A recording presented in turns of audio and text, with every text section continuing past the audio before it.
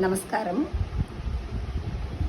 శ్రీమద్భాగవత మహాపురాణము ప్రథమ స్కందము 6వ అధ్యాయము దేవర్షియగు నారదుని పూర్వజన్మ వృత్తాంతములో మిగిలిన భాగము 1వ శ్లోకము. సుత ఉవాచ ఏవం నిసజ్ఞ భగవాన్ దేవర్షేర్జన్మ కర్మ చ భూయ ప్రపంచతం బ్రహ్మన్ వ్యాస సత్యవతీ సుతః. సూతుడు వచించెను, సౌనకాది మహర్షులారా, దేవర్షియగు నారదుని యొక్క జన్మమును గురించియు సాధనలను గురించియు విన్న పిదప సత్యవతి సుతుడైన వ్యాస భగవానుడు ఎంతయో సంతోషించెను. పిమ్మట ఆయన నారదునితో ఇట్లు ప్రశ్నించెను. 2వ శ్లోకము.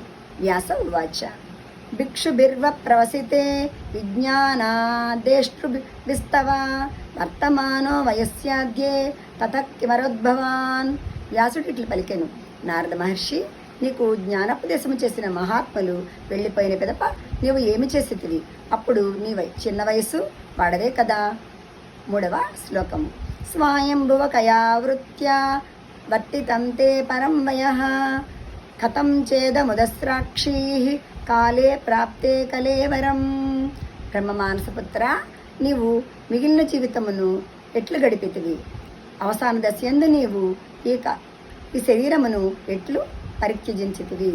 4వ శ్లోకము.